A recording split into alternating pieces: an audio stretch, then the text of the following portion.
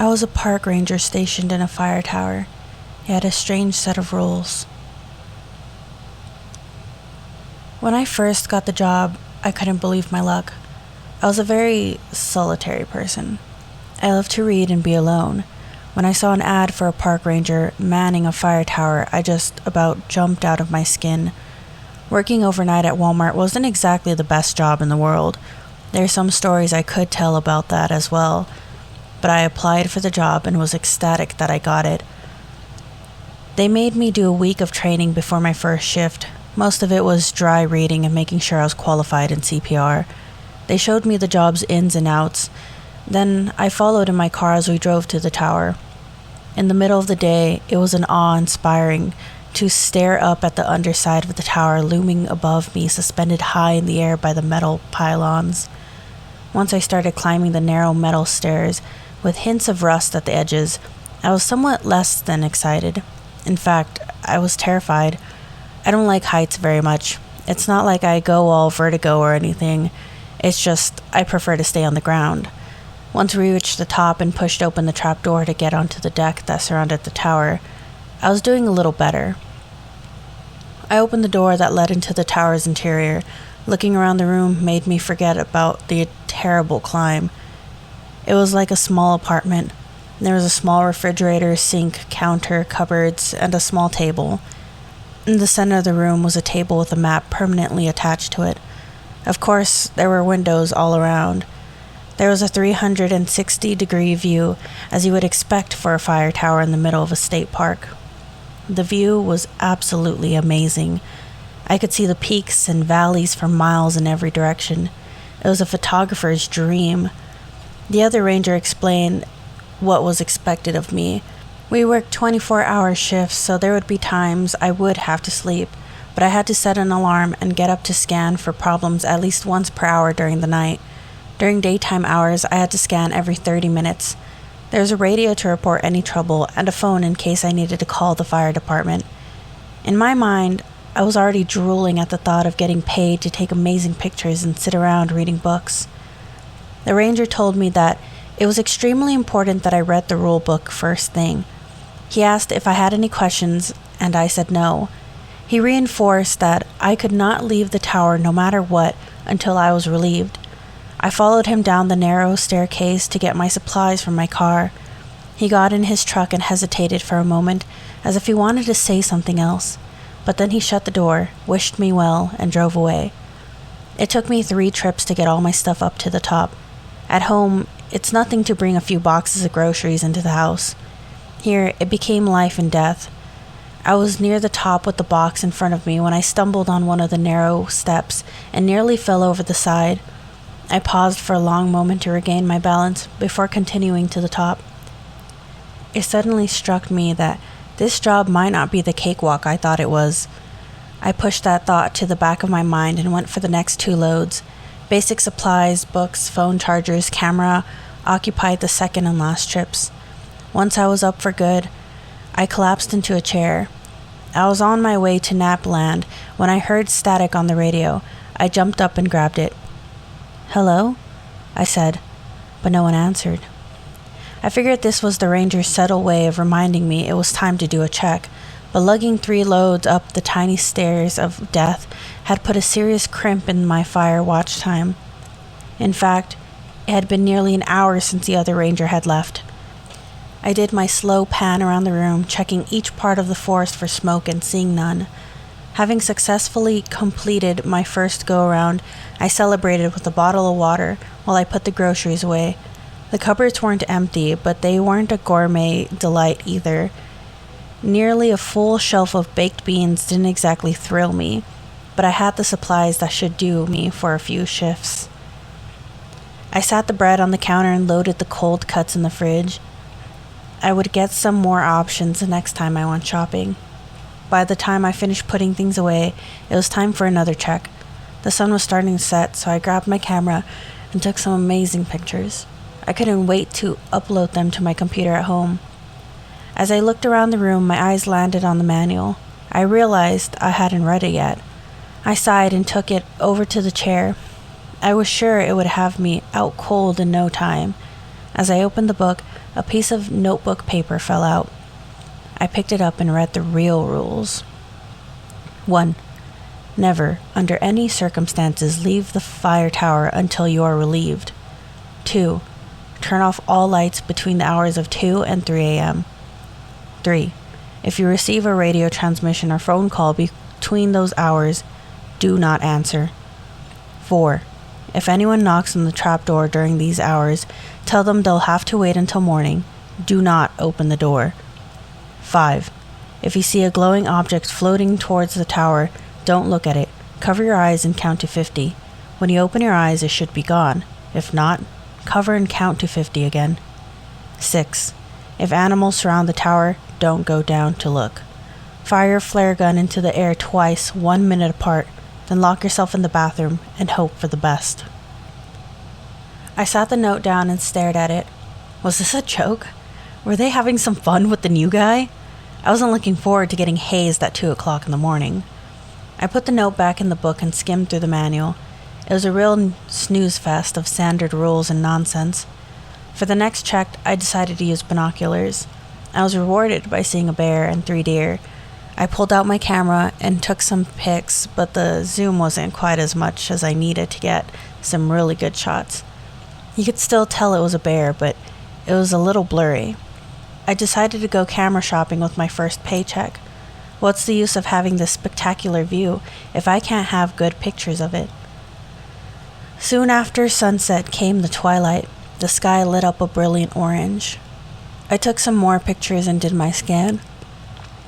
I was just about to go back inside when I noticed a thin wisp of smoke in the distance. I grabbed my binoculars and tried to get a better view, but there were too many trees in the way. I pulled out my compass and got a general direction, then grabbed the radio and called the ranger on duty. I told him I had a fire and gave him the directions and general distance. He acknowledged and said he would go check it out. I stayed glued to my binoculars, waiting to see the smoke lessen. Minutes seemed to take an eternity as the smoke continued to rise. Nearly a half hour later, the radio came to life. "Hey, rookie," the ranger said. "Did you find it? Did you put it out? I still see smoke. Did I tell you the wrong place?" I said into the radio in one breath. "Whoa there," he said. "Everything's fine. It's just a campfire." "A what?" "A campfire," he said. "Nothing to worry about." "A campfire?" I repeated in a daze. "Yeah, you'll see more smoke, and it should be a lot thicker and darker before you call it in." I stood in silence, my face beet red with embarrassment. "Cheer up," the ranger said in the distance. "At least you didn't call the fire department." I looked over at the phone, knowing I was mere minutes from doing that very thing. "Yeah, thanks," I said. "Sorry about that." "Don't worry, kid," he said. "At least you erred on the side of caution instead of letting the forest burn down." I put my face in my palm and shook my head. So much for a good first impression. Twilight had faded, leaving a few last vestiges of lights as the clouds transformed from dirty gray to black. I began to realize just how alone I was out here with the canopy of night fully fell. Doing my checks from inside was nearly impossible. I had lights on, and every window I looked out of became a mirror of me looking back in at myself. Alone in a wooden box suspended 100 feet above the ground made it that much creepier. I stepped out onto the deck in the cool evening air. The total darkness was oppressive. I couldn't see anything. How was I supposed to see smoke? I did a slow walk around the deck, looking out blindly at the trees. As my eyes adjusted, I was able to make out some shapes of the mountains and even the soft glow in the distance of the nearest town. That was small comfort to know that things still exist out in the world, and I hadn't been plunged into this cover of darkness. I finished my check and stepped back inside. After being out in the darkness, it was way too bright. I turned off the main overhead light and the light over the entrance.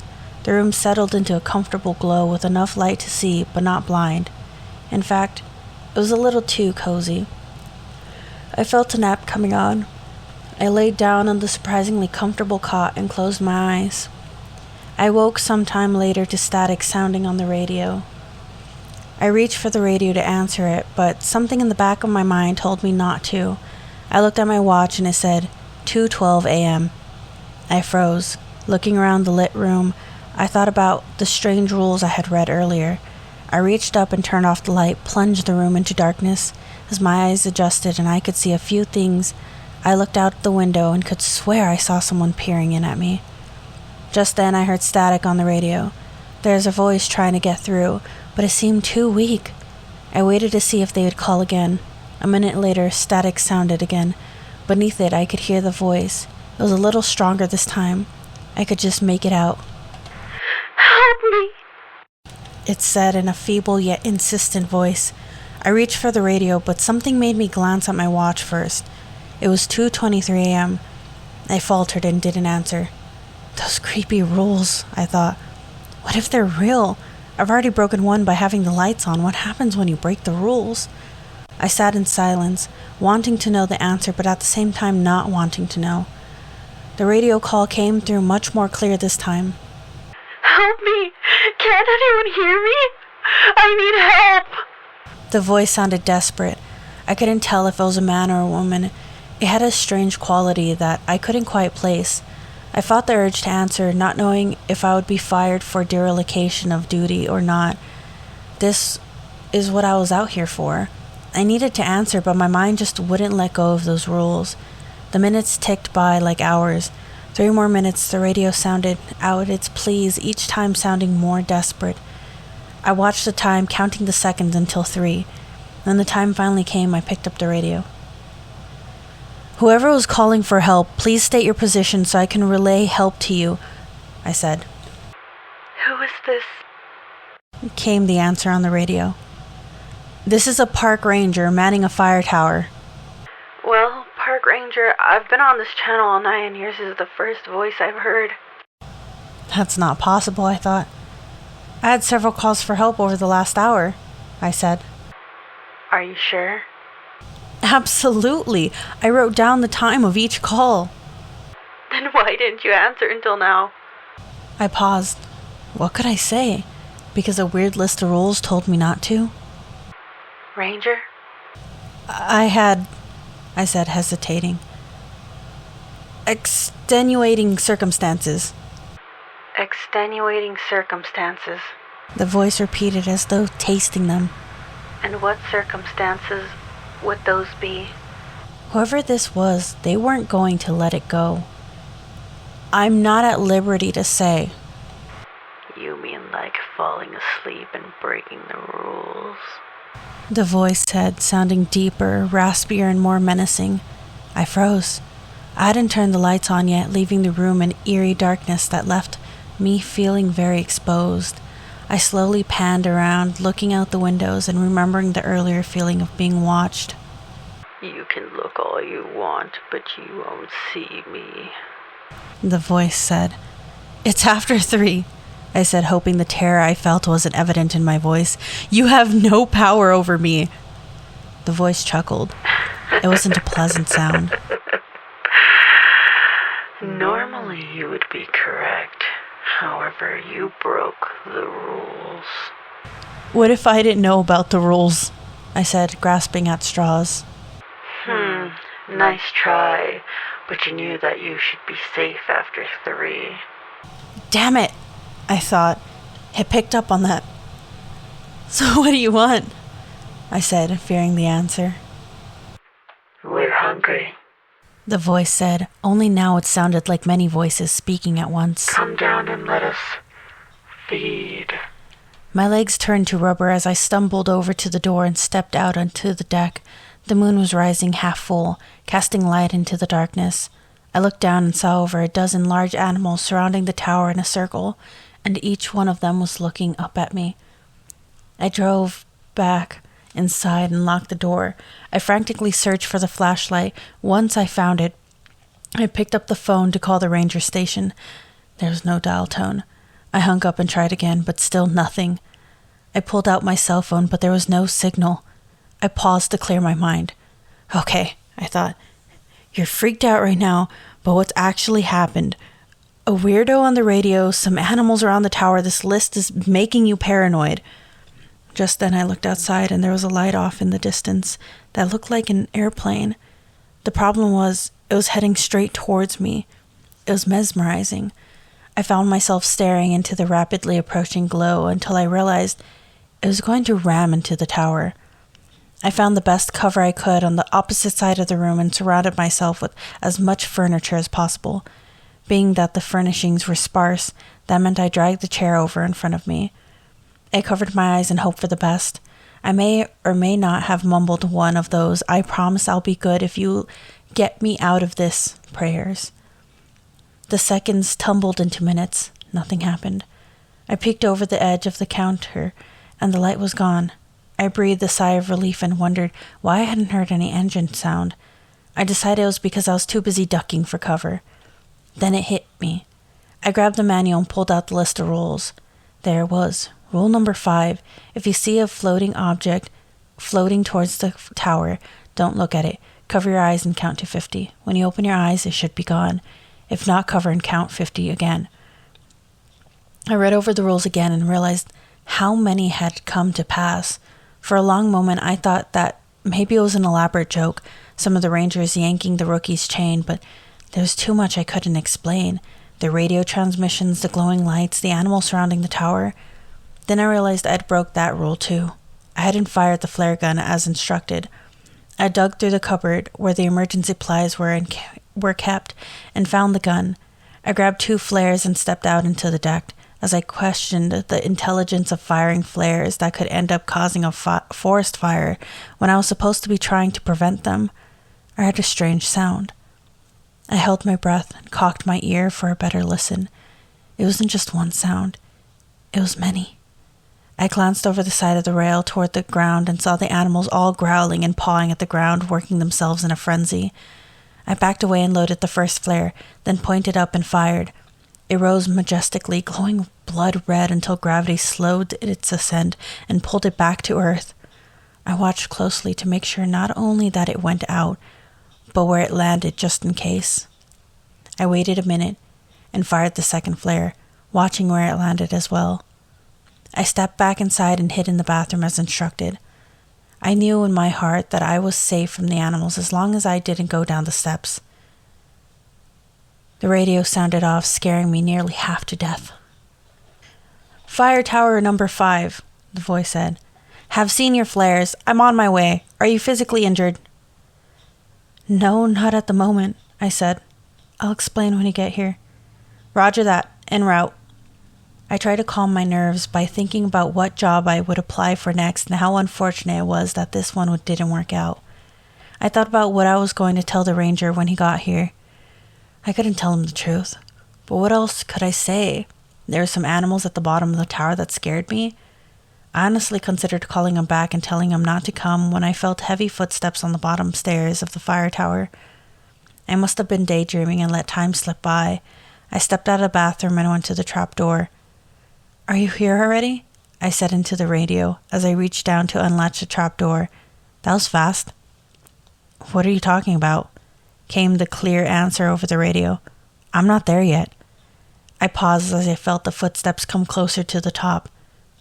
"Where are you?" I said quietly. "I can barely see the tower. I'm probably a mile away." His words hit me like a sledgehammer.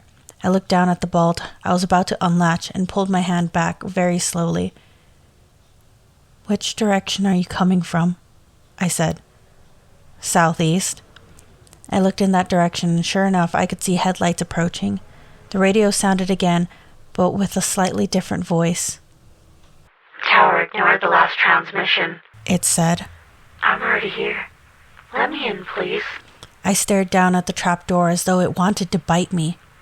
"Tower, let me in," it said more insistently. I backed away as something began beating on the trapdoor with tremendous force. The board shook with every impact. I stepped inside and locked the door, then barricaded it with my only loose piece of furniture, the chair. Tower 5, I don't know who that is talking to you, but it isn't me. Do not open that door. Repeat, do not open that door." I backed into the bathroom with the flare gun in hand and locked the door. The pounding on the trapdoor became louder. I knew it wouldn't take much more of a beating. The whole room shook with every impact. I closed my eyes and prayed in earnest this time. And then my salvation came in the form of an engine sound of a pickup truck. I knew the real ranger was there. I listened as it came closer and then stopped. There was an awful silence for a moment, then a gunfire. Over and over, multiple shots in rapid succession. Then there was a lull, followed by more shots. The pounding on the trapdoor had stopped as soon as the truck pulled up. "The coast is clear, Ranger. You can open the door now," came a voice over the radio. I put my hand on the doorknob, smiling to go out and greet my savior, and when I heard a weak transmission, "Don't. Not me," I rasped. A heartbeat later, the screaming began. It was a gut-wrenching scream of terrible suffering. I could hear it beneath me. All I could do was drop to the floor and curl up in a ball as the screaming went on and on. I closed my eyes and tried not to imagine the poor ranger being ripped to shreds by God knows what. Soon the screams lessened in volume and intensity, as though they were moving away. I rocked back and forth, hugging my knees until unconsciousness mercifully took me away. I woke to strange voices calling my name.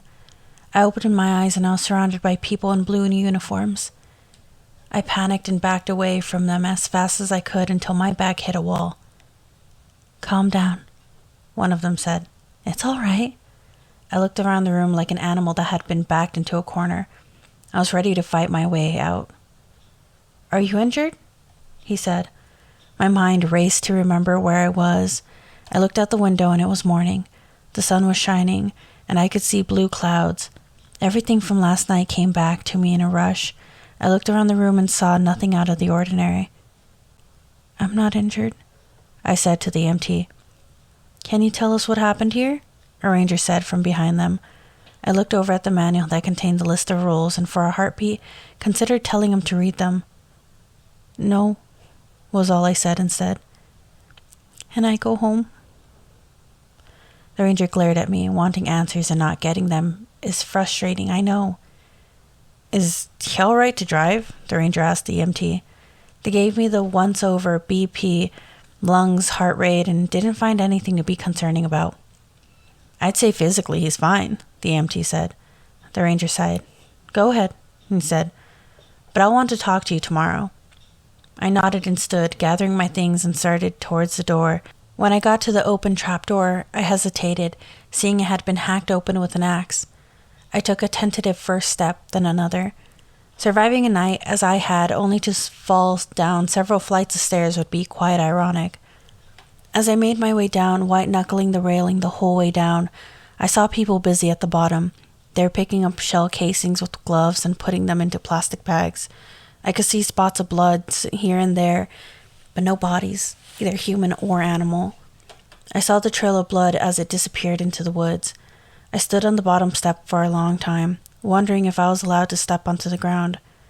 I took the step and bolted for my car. I started it up and drove out of there as fast as I could. Just as I turned into the gravel road, a deer walked out in front of me. I slammed on the brakes and slid to the stop mere inches from hitting it. It didn't move, just stood there staring at me. As I looked more closely, I could see blood on its nose and mouth.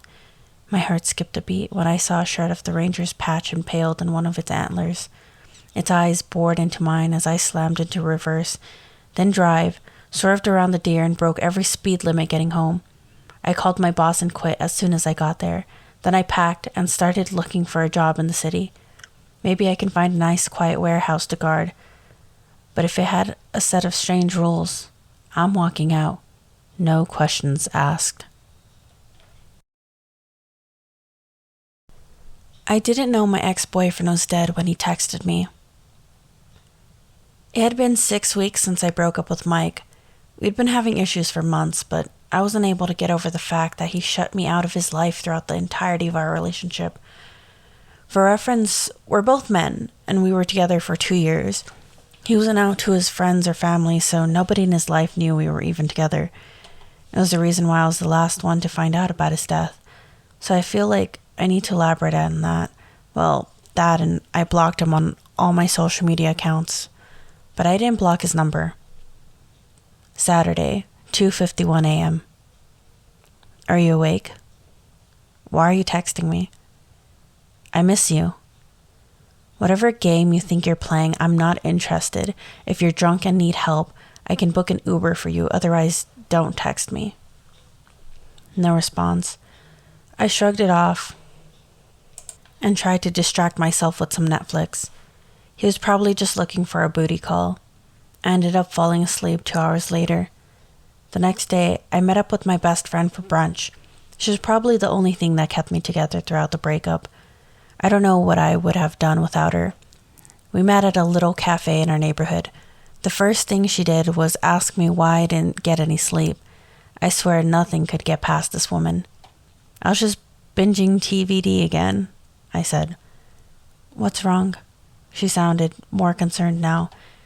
Jane, it's nothing. I just had to finish up some work and I had a hard time falling asleep afterward. I insisted. She didn't sound convinced. Our coffee arrived and I practically chugged the damn thing. Jane knew that I only ever watched TVD when something was troubling me. I could feel her gaze on me from behind my cup. Lee, I know you, and I know when something's bothering you. She pushed further. Jane wasn't exactly Mike's biggest fan, for a good reason. But that was precisely why I had a hard time opening up to her about him. I knew that she would never judge me. I just didn't know if she would understand why I responded to his text messages in the first place. The truth is, I still had feelings for him, and it's hard to admit that to anybody. I decided to show her the text messages. She remained quiet for a while, before finally responding. You know, it's okay if you still care about him. I get that. I do. Do you want some advice, or do you just need someone to listen? What she said shocked me. I have this bad habit of thinking the worst of people, even if I know that they had good intentions. I guess trauma does that too. Advice, I decided. I let out a breath I hadn't realized I was holding in.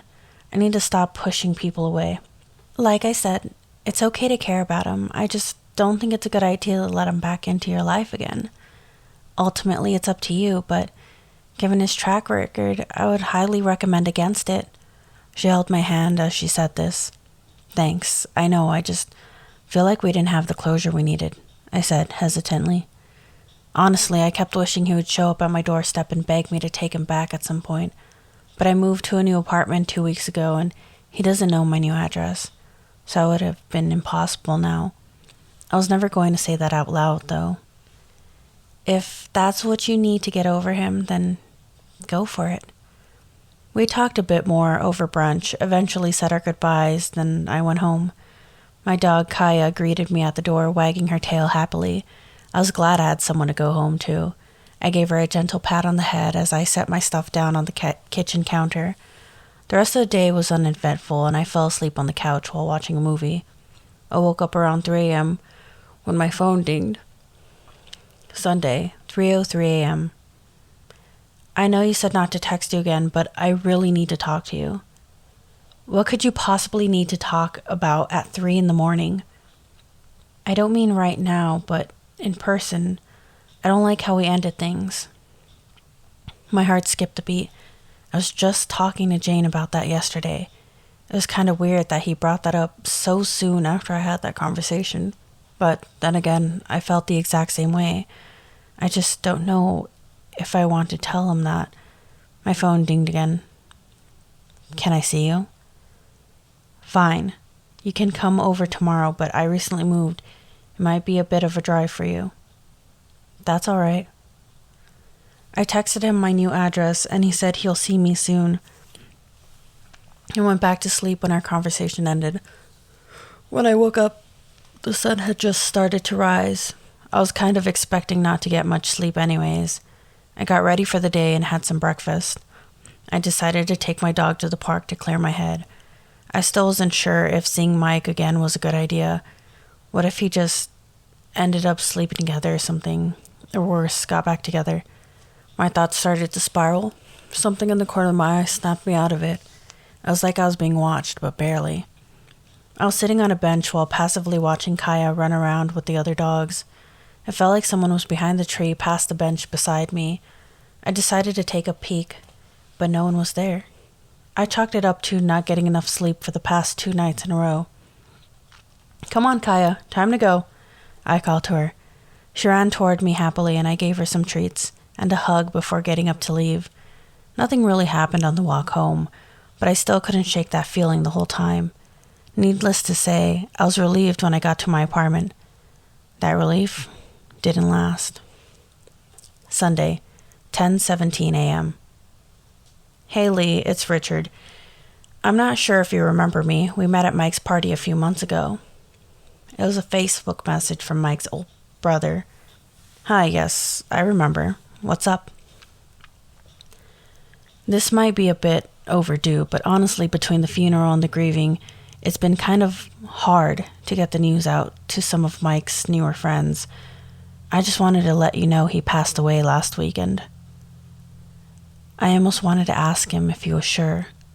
Luckily, I stopped myself in time.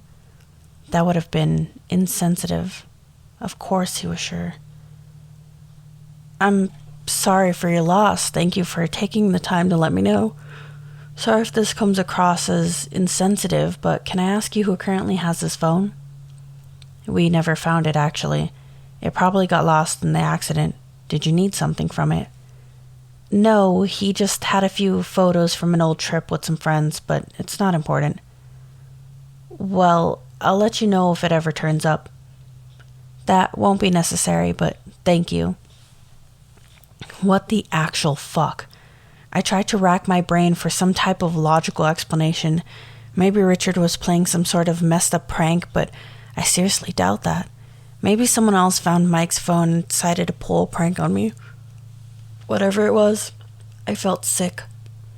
Then I remembered whatever sicko had his phone had my address now too. I packed mine and Kaya's stuff and called Jane. I told her I needed a place to stay for a few days, and she didn't even ask me why, just said I can stay as long as I needed to. She's a lifesaver, maybe even literally, given the situation. I wasted no time and bolted the hell out of there. When I arrived, Jane asked me if everything was all right. I told her I might have a stalker situation and would need to move. She was extremely worried and said I needed to call the police. I was seriously considering it, but I don't even know how I would go about explaining the situation. They might not even take me seriously. After dinner, Jane set me up on the couch and then excused herself to the bedroom. Kaya was asleep on the floor next to the couch. I couldn't fall asleep. I went through my photos of Mike and started crying. I couldn't believe he was actually gone. I couldn't believe someone was sick enough to pretend to be him. I got an app notification from the doggy cams I set up around the apartment for Kaya. It said it detected movement. My stomach started doing somersaults and I could barely stop myself from puking. But I needed to check it out. I opened the app. My heart was racing when I saw what was on the screen. There in the living room was a man I had never seen before in my life. He was extremely thin, like he hadn't eaten in weeks. His hair was dark and long, not like Mike's short blonde hair, but more than that, he didn't look right.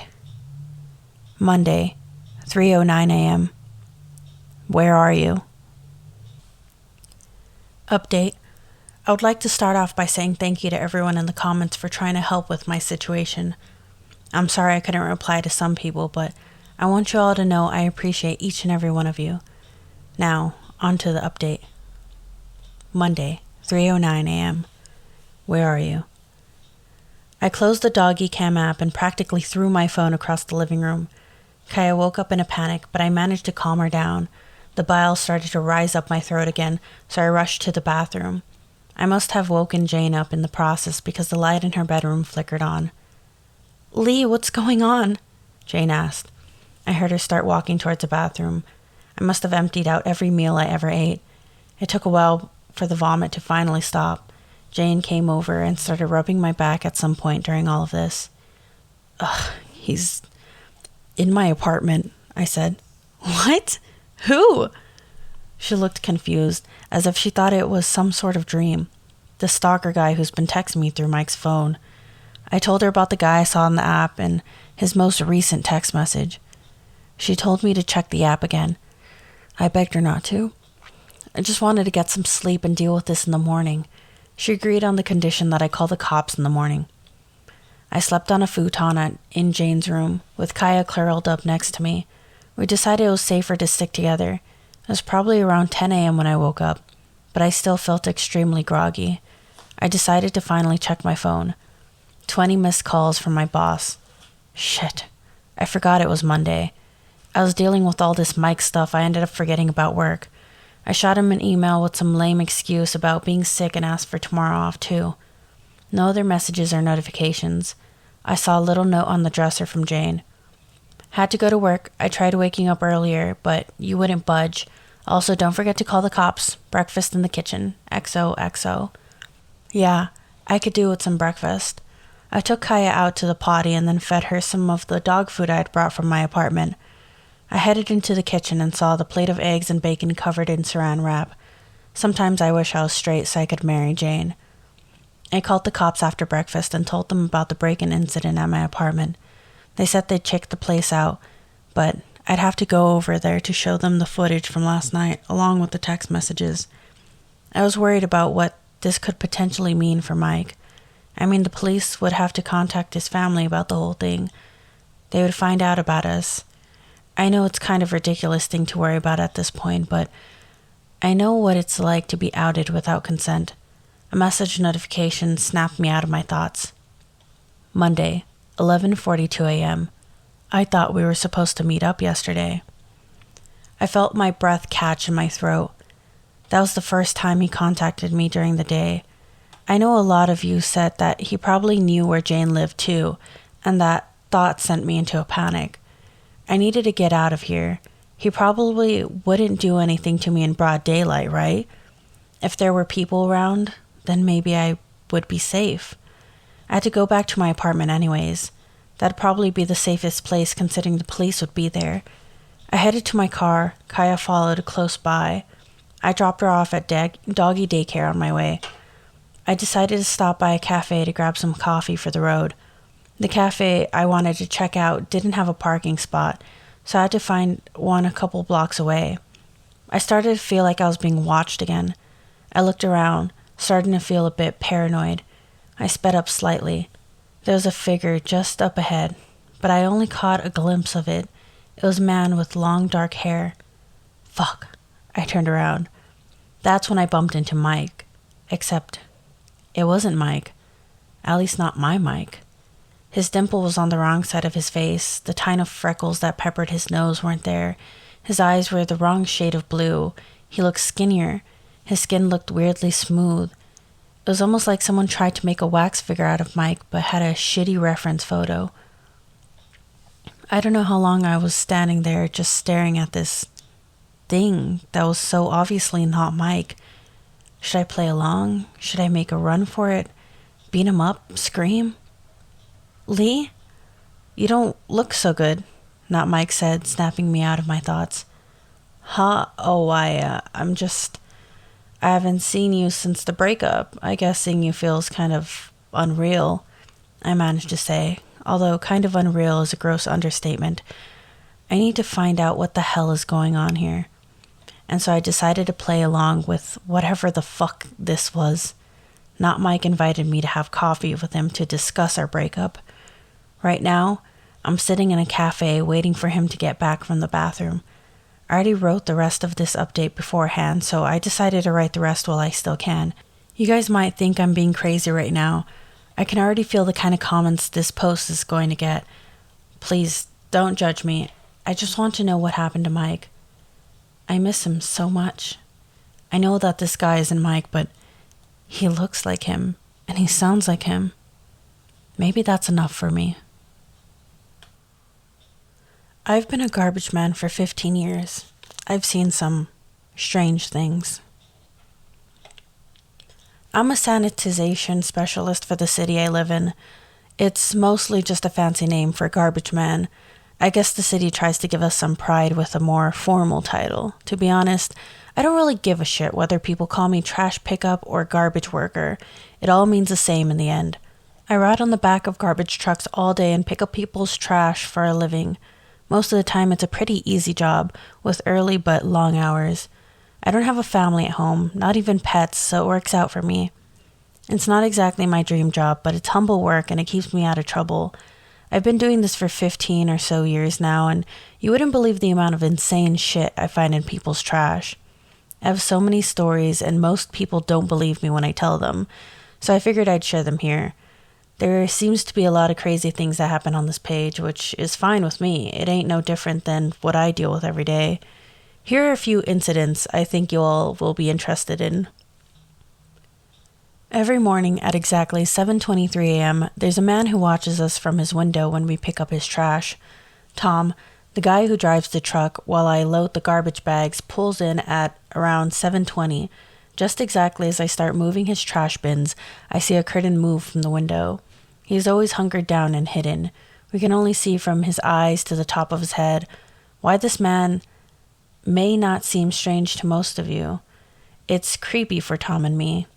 I know it's common for people to watch the garbage truck from the safety of their own homes, but this dude hides himself like he doesn't want to be caught.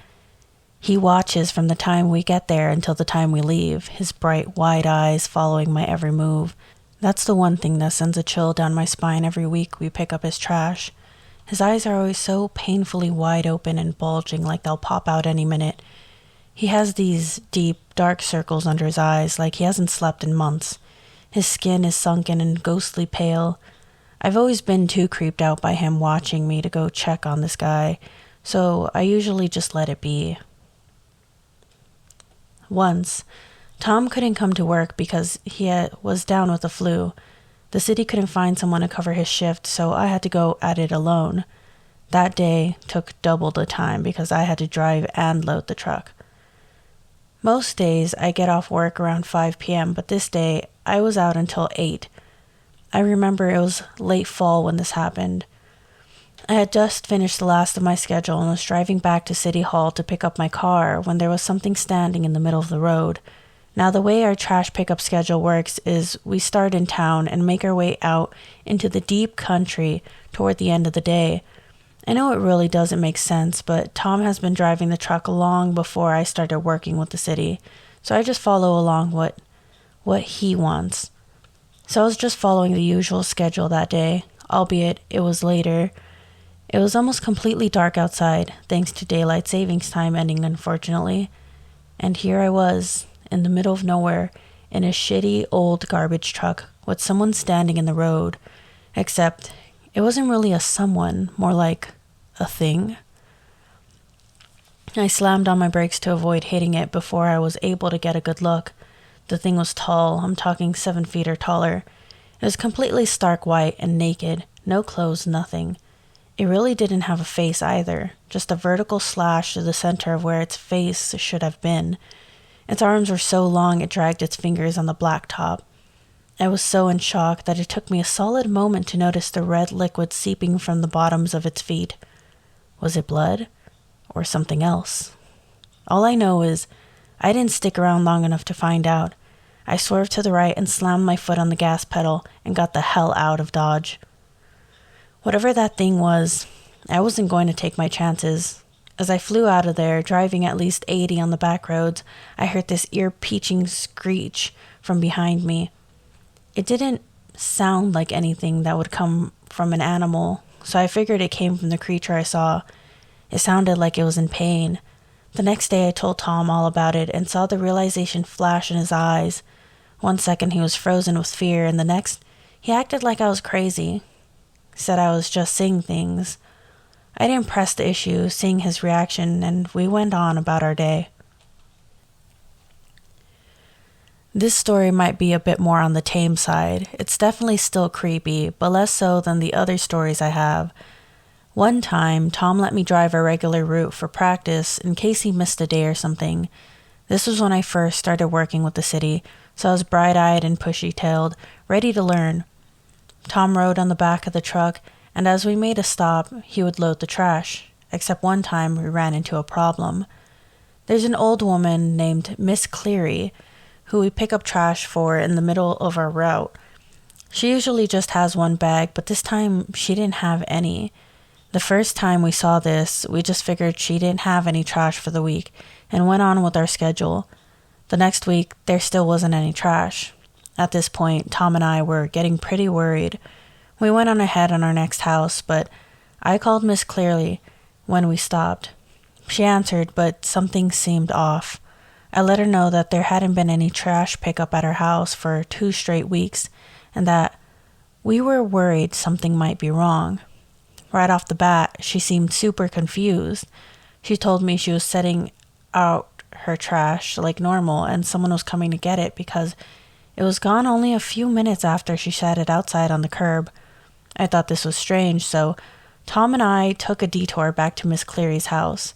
When we knocked on her door, she let us in and offered us a drink and some cookies, like any grandmother would. We declined her offer because we couldn't stay long and explained to her that we weren't the ones who were collecting her trash. Luckily, Miss Cleary had her son set up a Ring doorbell a few weeks ago because she noticed her hydrangeas were being destroyed by rodents and she wanted to catch them. She hadn't looked at the footage since her son installed the cameras, but when we all huddled together on the couch, we saw exactly what was happening. As soon as Miss Cleary shut her front door from taking out the trash, someone would crawl out of the utility building she had outside. It was a small man. He had wild hair and tattered clothes. He was skinny and short, and he twitched when he walked. He made it to the curb where the trash bag was and hauled it over his shoulder. On wobbly legs, he waddled back to the utility building with the trash in tow and shut the door behind him. There was definitely a squatter living in Mrs. Cleary's building. I called the police while Tom consoled Miss Cleary. They arrived shortly after and arrested the man. Turns out he was just homeless dude who was sleeping in her building and eating scraps from her trash. The police also found hydrangeas laying around a makeshift bed the squatter had put together. Miss Cleary always kept a lock on her building after that. I'll leave you with one last story, but I do have plenty more. When Tom and I were finished with our shift one time and we were dumping our truck in the landfill, a thick black sludge fell out of the top of the pile. At first we thought it was just buildup from the gunk and grime that accumulates in the back of the truck, but the more we looked at it, the more we realized the blob was moving. First we noticed the smell. It was pungent like a skunk rotting on the side of the road. If I could use one word to describe the smell, it would be death. Unequivalent death. As the smell grew stronger, the sludge would move more and more with such fervor that we were sure the thing was about to burst, except it didn't. 1 minute it was wriggling and squirming, and the next minute it went still. Tom and I waited for a moment, looked at each other with wide eyes, a silent what the fuck passing between us. That's when we hear it, a loud popping noise like someone opened a champagne bottle. We look back quickly at the blob to see that it's no longer a mass of thick black sludge. In its place laid a boy, a human boy, pale and naked. He lay there shivering and whimpering like a puppy abandoned on the side of the road. Tom, in his deep, gruff voice, just sighed and said, "Fuck this, bro, I'm out." He walked away, leaving me to investigate what in the actual world I was looking at. Should I have called the police?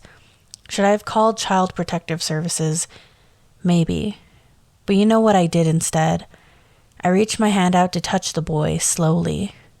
I needed to get him help somehow, but just when my fingertips almost grazed his shoulder, he shot up on all fours. He glared at me with frightened eyes, his mouth hanging open. I jumped back, bracing myself for a possible attack. The boy backed away, scooting on his hands and knees, growling at me like a dog that hadn't eaten in days. "It's coming," he said in a throaty whisper, as he continued to back away. I continued to watch in awe until he twisted his body in what seemed like the most painful way until he was standing upright. The boy gave me one last look in all of his nude glory and took off running towards the woods. I didn't know what he meant. I didn't know what was coming. But what I did know is that I needed to get out of there.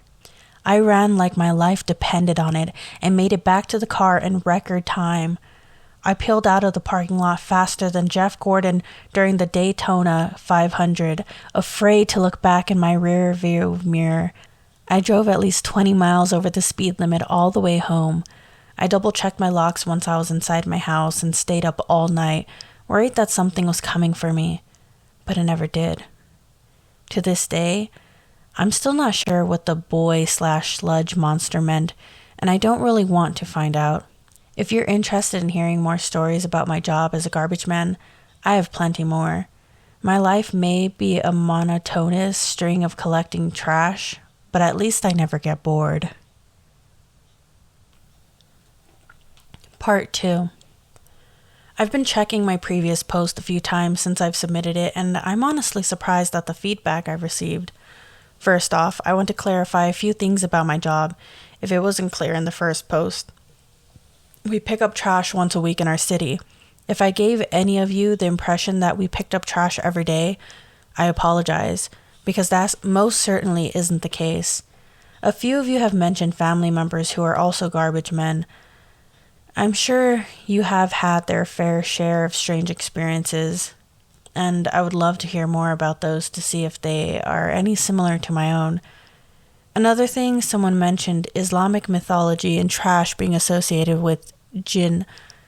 I'd love a little more information on this. As someone who has only worked for a small city in my adult years, I'm not particularly well versed in mythological creatures. Anyways, onto some more stories. I haven't always worked with Tom on garbage truck.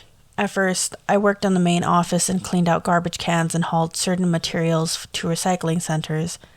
I got off work a couple hours earlier when I was in the office, but I had been requesting trash pickup for a while. I needed something a little less boring if I was going to stick around. Eventually, I got the call about switching departments and was set to start trash pickup the following day. They paired me with some guy named Kel, and honestly, that should have been my first sign. Kel was unlike any guy I've ever met. He was always smiling, always, no matter what was going on. The world could be ending right in front of his face, and he'd still be smiling. And it wasn't just any kind of smile, it was a big smile. So big, in fact, it seemed unnatural. His teeth were perfect, straight, and shiny and pure white. He had slick black blonde hair, too, like he used too much gel in the morning. He almost reminded me of a Ken doll. Something about the way he moved, though, set me on edge. Anytime he got out of the truck to help me load something big, his movements were deliberate. He was always tense, like his joints needed some WD-40 to loosen them up. He never bent his knees when he walked and instead waddled like a penguin. I always just brushed it off as some kind of defect that Kel had, but later on, I realized that wasn't the case.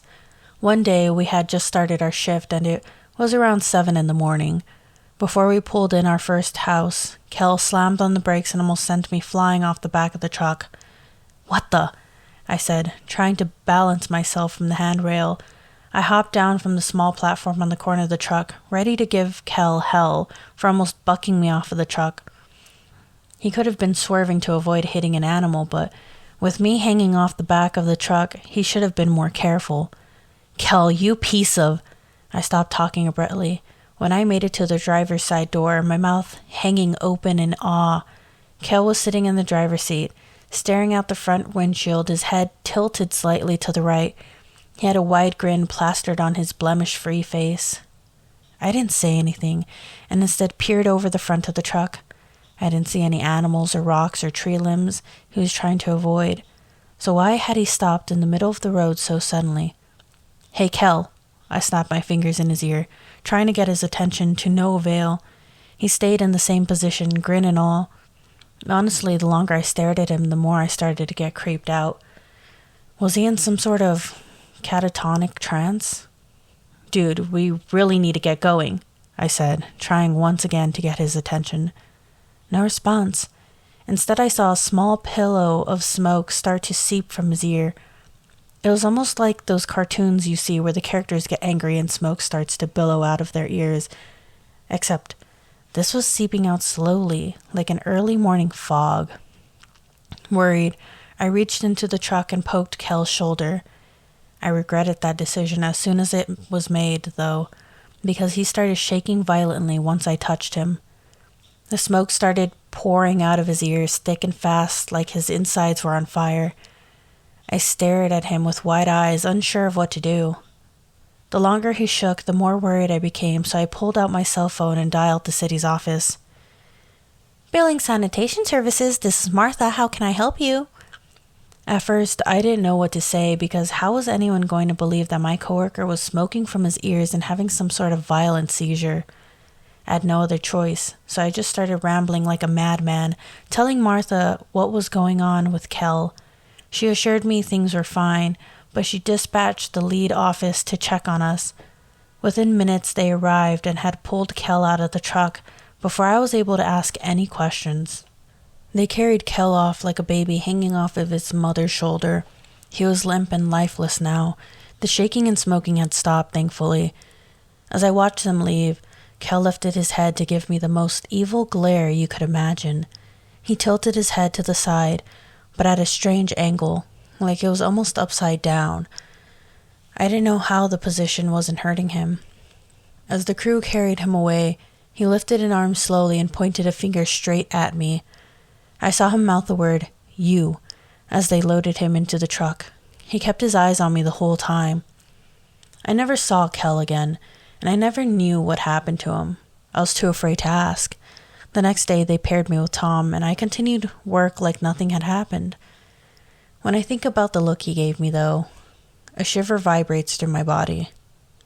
I don't know what he meant by it, or the deliberate pointing, but something tells me it was malicious.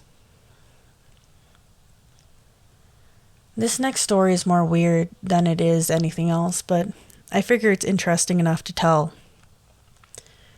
There is this man who always waits for us at the curb when we pick up his trash. He usually has 2 bags of trash, but sometimes it's 3. I guess it depends on the week, but instead of leaving the bag on the curb for us to pick up, he always hands me the bags himself. It's kind of like he wants to make sure we won't forget to stop at his house and collect his trash, even though we have the whole route mapped out perfectly now. He always thanks us for our service and gives Tom and me a piece of hard candy in a cherry red wrapper. I'm not sure what kind of candy it is because I never eat it. Hard candy hurts my teeth, and I don't like the fact of eating something from someone I barely know.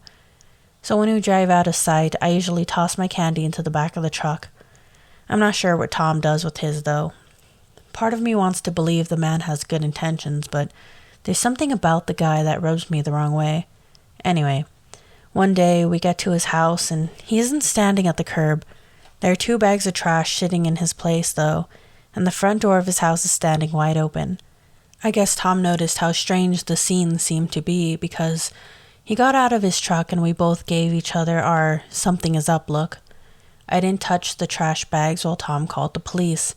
We stood there until an officer arrived and went into the house. He was only in there for a few minutes before he came back out and phoned for backup and an ambulance. Tom and I stuck around for a few more minutes while the officer peeked into one of the trash bags. It was full of those familiar red candy wrappers, all empty. Tom and I gave each other another look, and we left shortly after. A few days later, I heard what happened on the news. The police had found the guy laying in the living room dead. An autopsy report showed he had suffocated.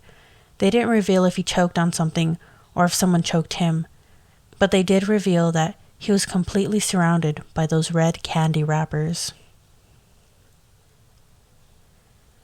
A lot of you seem concerned about the sludge boy in the last post.